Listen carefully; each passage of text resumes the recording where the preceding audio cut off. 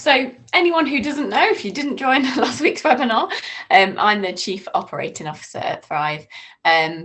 So really this subject area, social learning, and kind of really pushing it this year is a campaign that's kind of become a bit of a call to arms for me this year. And that's because when we were kind of reflecting at the beginning of the year as a business on our own strategy, we kind of reflected on a stat that we remembered talking about when the business had first launched, which was a prediction by Gartner that by 2018, more than 80% of organizations would be leveraging user-generated content as part of their corporate learning strategy. But as you know, we're a few months into 2021 now, and in my experience, working with L&D teams and kind of from what I know, from picking up in the industry, this prediction is still pretty far off. And of course, social learning strategy isn't just about leveraging that user-generated content, but I did think that this stat kind of brought home that we've got a bit of catching up to do. And what do I mean by that? What do I mean by catching up? Well, let's look at a bit of a general state of play, so not L&D specific. In 2021, I think it's fair to say that user-generated content and social learning are already a huge part of our everyday lives. I think it might be tempting to say, a huge part of our everyday lives outside of the workplace, but even that is misleading, as I'll explain in a minute. So before anyone can kind of refute that, I thought it would help to start off with some definitions. So user-generated content, what is it? It's not just Instagram, it's not just some trendy marketing strategy. It is purely just any content, so articles, blogs, reviews on consumer websites that are created by people, for people, so not by organizations or brands. So if you think about sites like YouTube or TripAdvisor, they've really kind of cashed in on this concept if you think about it. And the reason they've become so popular is because they are essentially delivering or hosting user-generated content to people. So, that's not all they do. That's a big part of their business model. And that, for me, really kind of cements what I mean when I say that user-generated content is a big part of our lives. And social learning, what is social learning? It is not just some trendy new term that's just caught on. It's the concept, been around for hundreds of years, around how humans learn from each other. So yeah, that could be something modern like a LinkedIn network or a TED network, where you kind of got access to people who have things to say, or you can learn from them in a professional setting. But it could also just be, turning to the person next to you and asking them a question about an internal process. I've just QA'd this, what do I do next? Or even, having informal chats about things that you're interested in. So like Mark, our CTO, said to me a couple of weeks ago, recommended a blog about agile working that was created by Basecamp. And I read that, found some really interesting insights, and used that in work a few times since, the principles of that. So that is social learning. That is just literally talking to your colleagues or friends and kind of learning from them. So this webinar certainly isn't about saying, social learning and UGC, they're not happening. They are happening. It's just about asking the question of why we're not making them a deliberate part of our strategy, learning strategy. So let's start off by looking at some stats that might give us a bit of a clue as to why user-generated content is really kind of catching on elsewhere. So in 2021, I think it's fair to say that people trust other people more than they trust businesses.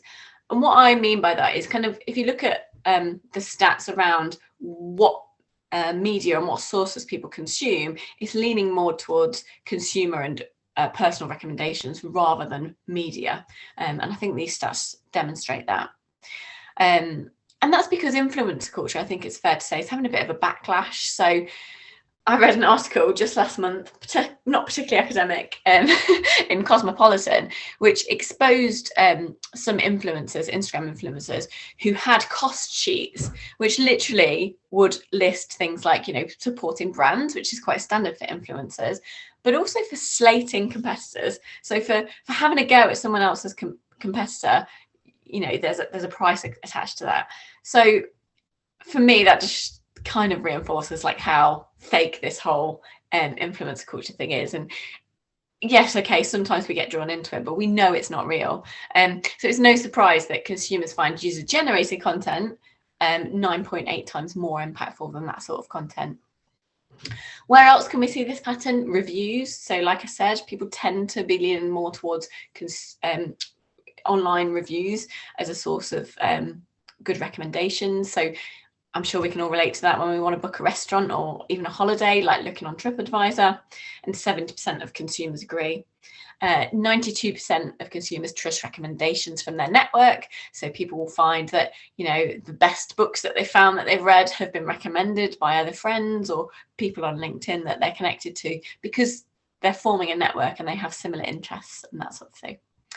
And over half of people agree with the statement, the media I use are contaminated with untrustworthy information.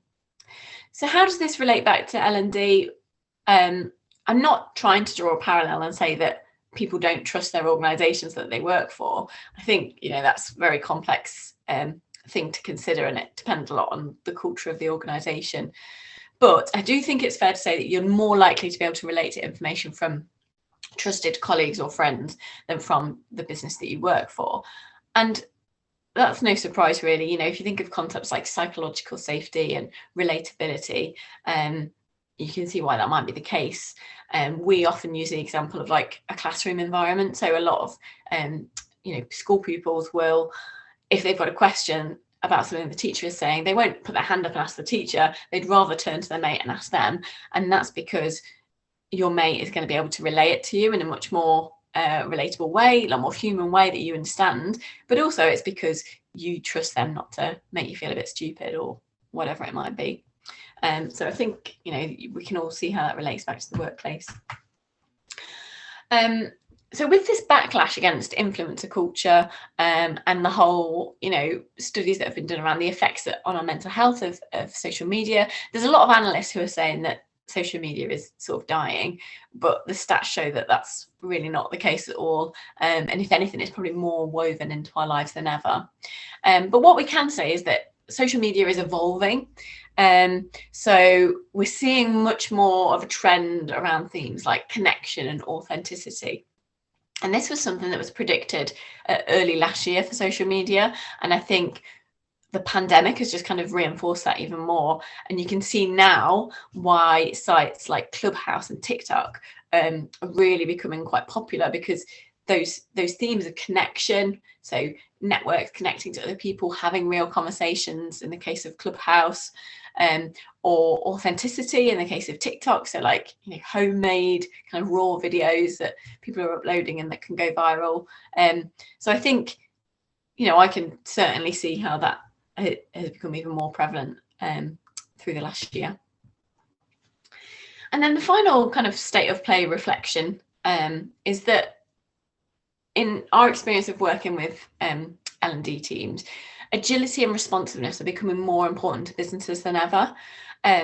So if you look at it from a brand perspective, so more of an external facing perspective, it's not enough anymore for brands to kind of do a strategy at the beginning of the year and then stick to it and that's it, or even the start of a quarter. I think people are expecting brands to be more responsive and I guess relevant to what's going on in the world.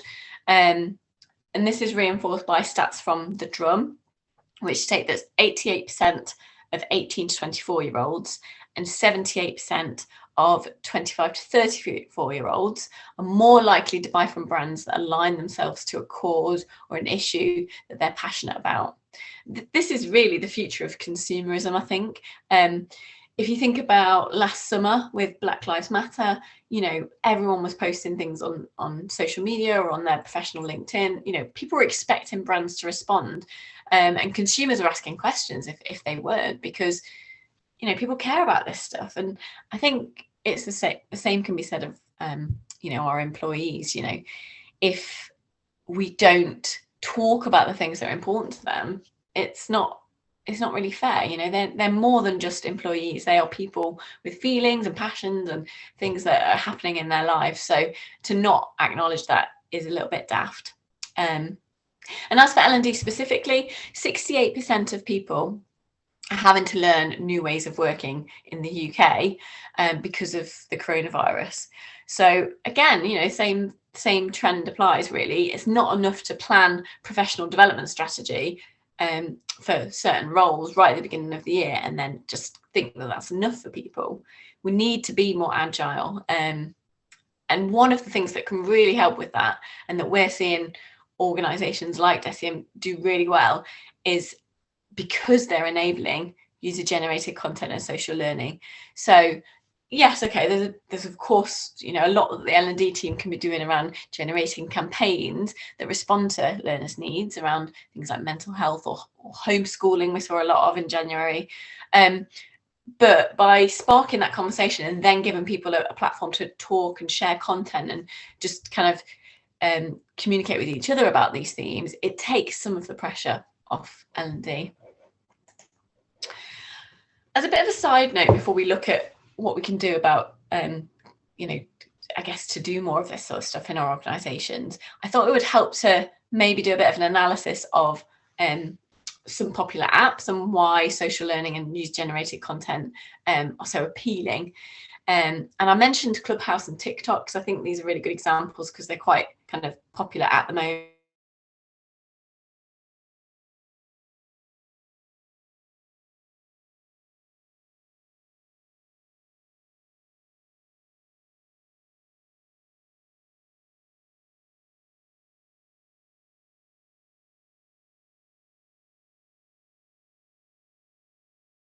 Themed, which you can literally walk into, join in, mute, unmute, etc. And it's just kind of real, like live conversation, so connecting people through healthy conversation. TikTok, thanks to its prevalence last year, we can be a little bit more scientific about it. I'll talk a little bit about how some of the algorithms work, and hopefully you can see how that relates back to general content, learning content, for example, and not just kind of social media content. So the first thing to say about their algorithms, they're content first. So good content will prevail over anything else, like number of subscribers, followers, like how much of a professional you are, how esteemed you are in your field. Any video can go viral, any content can go viral, and it's just purely about how engaging that content is and how well it's consumed. The other thing to say about TikTok's algorithms is they really focus on personalization. So they analyze preferences for content and habits of viewing content, and then they customize your feed according to that. Excuse me, sorry, I'm just gonna have a sip of water.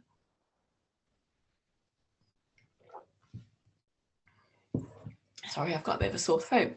The other themes on TikTok are around self-expression. So, people literally just doing daft things, showing off their personality, being themselves, being authentic, and then gaining followers that are actually interested in them because of that. And the final thing I'll say about TikTok is catching, seeing other people, the opposite of influencers, just normal people creating content and having a go at things that are quite funny or interesting or whatever it might be. It encourages other people to have a go and create things themselves. So hopefully, like I said, without having to be too explicit, you can see the connection there to just general content and why we can take some of those lessons and apply them to L&D, which leads to the kind of question, which is the call to arms part of this webinar. What are organisations waiting for? Why do they not encourage more of this sort of learning in their organisation? And I think I have a few ideas as to why that might be. From what we see working with our clients, there are a few themes here. The first one is trust. So, one of the questions off the back of these webinars that I get asked the most is, how do we control or monitor or kind of make sure that what's being shared isn't inappropriate or unprofessional or isn't misaligned to what we're trying to teach? And I think there's two parts to that answer. The first part is a kind of practical administrative part, and not to be dismissive of people's concerns about this, and to kind of say, well, a lot of tools like RLXP will have controls on there and endorsement features and that sort of thing. But the second part of me, which is a bit more rebellious and kind of disruptive, is to say, actually, let's turn that question on its head. What can you gain by trusting people? And that is that you can really learn from them. So you're worried that people might be misaligned to you, but a lot of what they're saying or doing or sharing with each other is probably happening anywhere off your kind of under your radar. So to bring it on into a more visible place where you can kind of get a little bit of a picture of what's going on, that's an advantage. But it's also an advantage in the fact that you can learn from it. So, collect data about it, understand people's behaviours and habits and how they're interacting with that content, so that then you kind of overcome that danger of it actually being you that's misaligned and not delivering stuff that people need and that is relevant to them. The second theme that we find that stops people from doing more of this sort of content is perfection.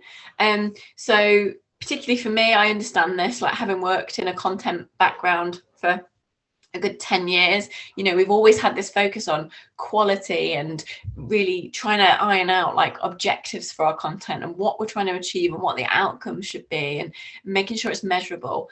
Those are all important things, but I think we focus so much on that we've got used to spending months and months creating good content, whereas actually, although it's not always a like for like swap, there is some value to having more instant kind of quick win content and kind of focusing on back on that agile mindset thing of, if you can get something built quickly and put it out there and it's not perfect, but you get enough data that you can continuously improve it or do it better next time, then there is a lot of value to that sort of approach too. And it's kind of about finding the balance, really. If you think about how quick it is to do a 30-second selfie video, and even if it's not right, take it down, change it, you're going to move a lot quicker than you would if you were developing a 60-minute articulate storyline module. Although, like I say, I'm not saying those two things are necessarily always like for like swaps. And then the third thing that we find stops people from doing more of this is awkwardness. So just that thing of saying, look, it's not for everyone. It's not our culture. People aren't comfortable in front of a camera. And to that, I would just reinforce what I said earlier on with my definitions. Don't think that the only form of user-generated content is people doing these selfie videos. That's not what it is. It could be, creating an article. If they have a question, putting it in a public place so that everyone can benefit from the answer or contribute to it. And social learning, any learning is a goal. Like if you're sharing stuff, liking stuff, getting into the habits of posting links to things that you found that are interesting, that is enough to get you started. And through getting into the habit of that and normalizing it, awkwardness can be overcome. And that leads nicely to the next section of this webinar, which is all about a couple of our clients who've done this and like how they've done it and what sort of behaviours they've encouraged. So I've used Decium and Sumo Digital as a good example here. Decium's LXP is made up of over 50% user-generated content. 90% of their users are active on their LXP platform, and each employee spends on average 83 minutes a week on optional learning. So that's nearly an hour and a half of self-directed learning a week. So learning that they've voluntarily done. They've gone into their platform, they found something they're interested in, and they've just had a little read and learned something. Sumo Digital, their LXP is made up of a huge 77% of user-generated content, and they have a 91% engagement rate. So I'm certainly not spelling out that, these things are directly correlated. I'm not saying the user-generated content is the only thing that creates that engagement, but there's definitely a link. And I think the link is that by flattening out the learning hierarchy and making an LXP a place, or, it could be any tool, doesn't have to be an LXP, but obviously in this case it is, creating a place where you can contribute and connect and learn from each other and have a community that is engaged, just makes learning and sharing a bit more of a habit. So it's a lot more natural and normalized for them to share something they've seen on the web that would be interesting for the rest of their colleagues. And by doing that, they come hand in hand, this engagement and continuous learning and uploading of user-generated content. I suppose it might be interesting for people to think about what do organisations like these two have in common? How do I think, in my experience and opinion, they've managed to do this? I think, you know, really there's things that anyone can learn from. You don't have to have a specific culture that is similar to these sorts of businesses.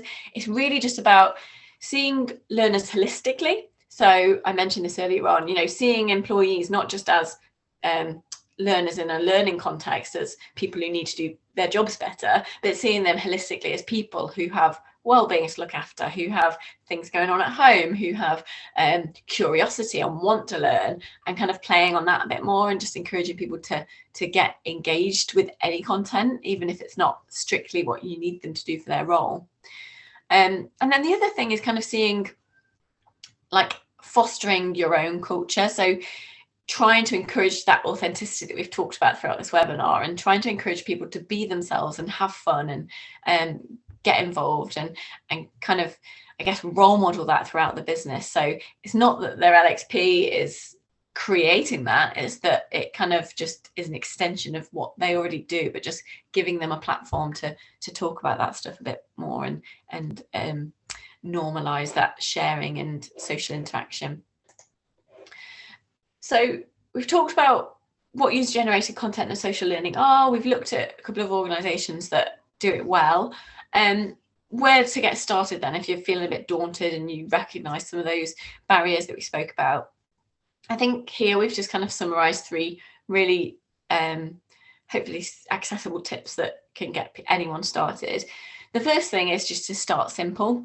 So I'll say it again, you know, any content that is coming from users, it is creating that kind of social learning environment. So posting questions, I mentioned sharing links, that sort of thing, even discussion around existing content. So if you've got an LMS and you've got content on there, getting a forum going where people can talk about that and what they liked and disliked and that sort of thing.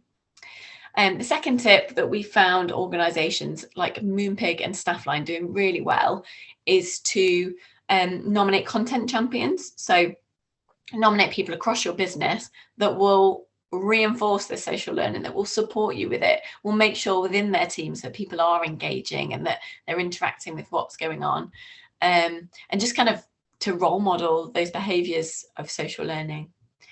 And then the third thing is to kind of collaborate. So don't just be a lone ranger as your L&D team trying to do all of this yourself. You know, you will likely have a marketing team who are doing all of this from an external perspective. Their whole job is to engage people and to get them to consume content. So get them involved, let them help you with your campaigns and thinking about what kind of in competitions or engagement you want to generate. And the same goes for people teams. You know, if you're lucky enough to have a head of people or a HR team that is focused on kind of culture and that sort of thing, then again, engage them, interact with them, find out what they're doing to get people engaged in the business, and then role model some of that in L&D as well. And that's something that we found clients like Brookson are doing really well at the minute.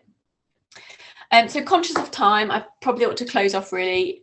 This is supposed to be a short webinar, but just to kind of finish off by saying, you know, we certainly don't believe in, you know, beating kind of L&D teams up and saying you're not doing enough. That's not what the point of this webinar is. Actually, it's about saying by enabling social learning and user-generated content to be part of your strategy, you can do more with less, and you can get the people in your organization to help you do some of that heavy lifting. And systems like Thrive support that really well. So it's very easy to create content, very intuitive to kind of interact with it. There's a big focus on comms. You know, our tools and features like broadcasts allow people to instantly connect with the people in their organization. It allows for good analytics, so that all that stuff we've talked about being agile, learning from what you're doing, detecting themes and habits, Thrive can support with that. So if you are interested in finding out any more, then there's some details on your screen now to help you get in touch. Yeah, I think that's it really. I'll close off there, and I think we've got time for some questions.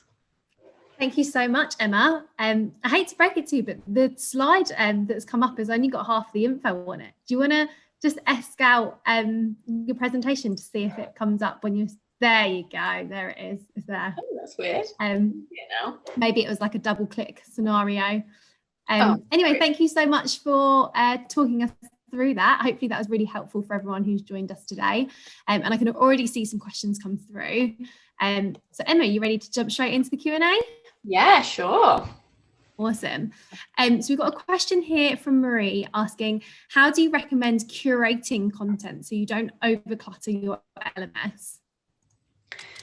That's a really good question. I think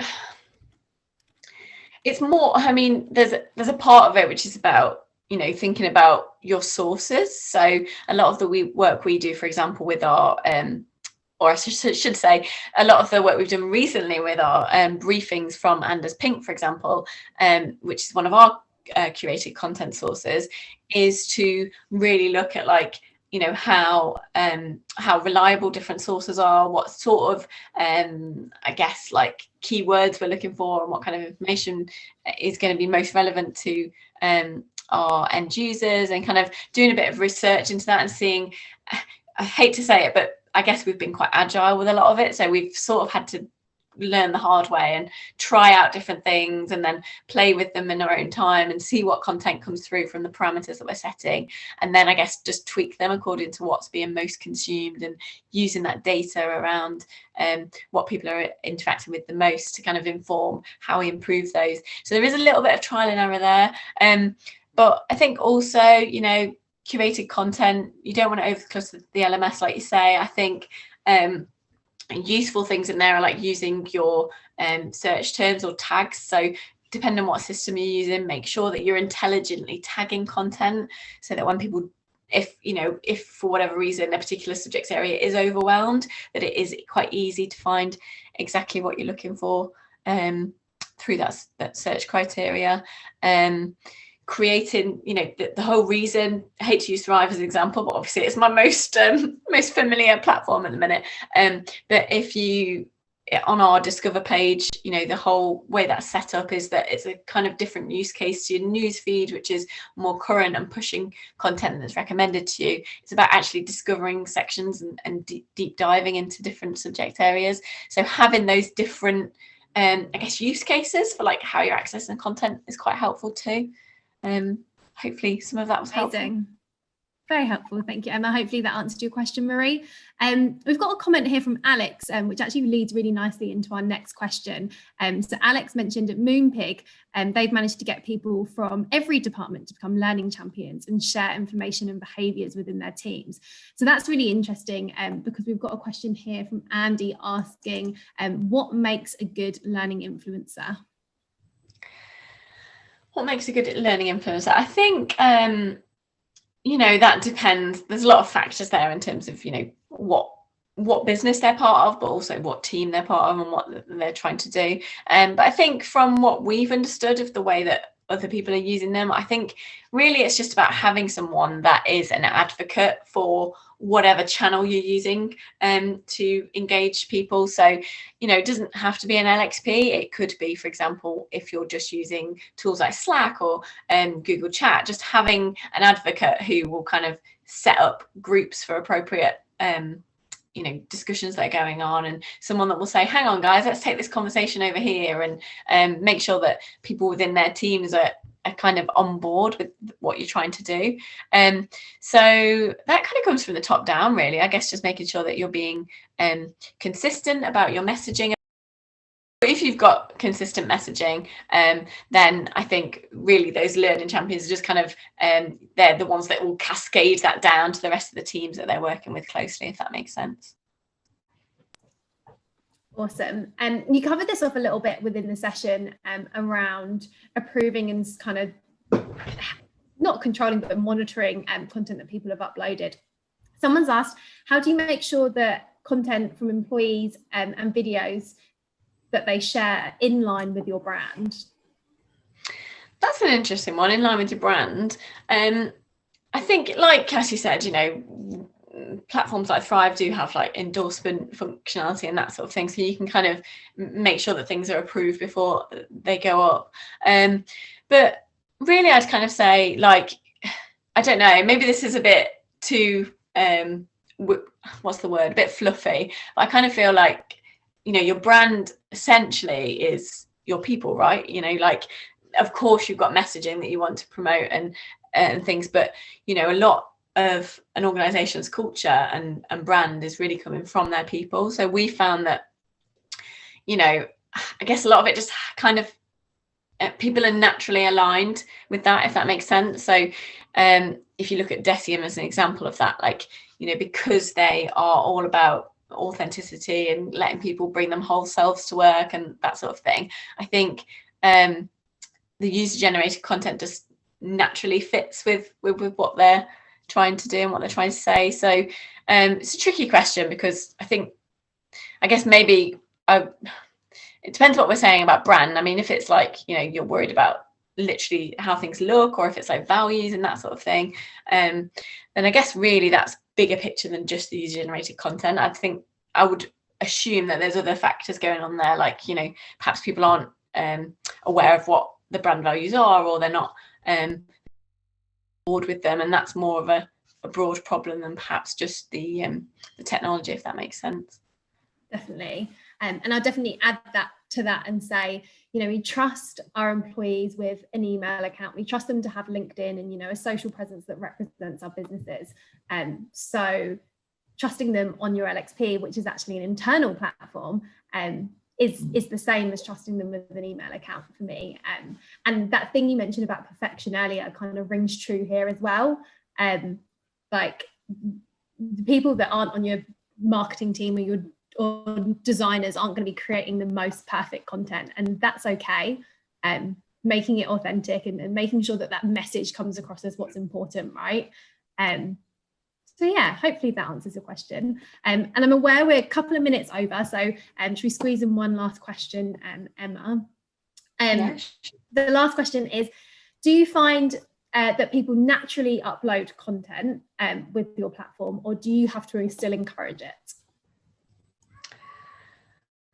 I think it depends on the organization. Like, you know, Thrive isn't a one-trick pony like a lot of people use our LXP in more traditional ways. You know, it does have some of that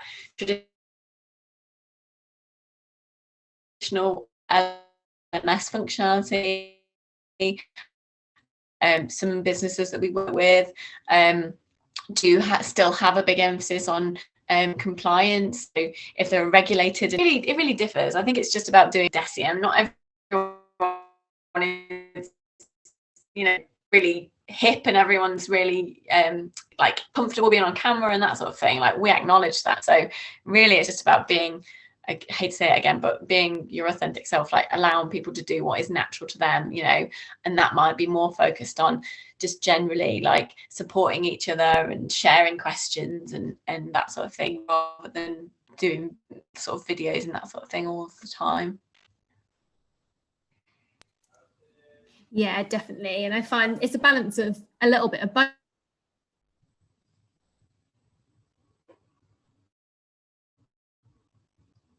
It with campaigns and encouraging it with like some of the functionality that we have in terms of, you know, campaigns and broadcasts, that gets people really interested and engaged by setting the agenda and setting a talking point so that people can get involved and have an opinion on a specific theme or topic or whatever that may be. And that really does encourage people to get involved as well.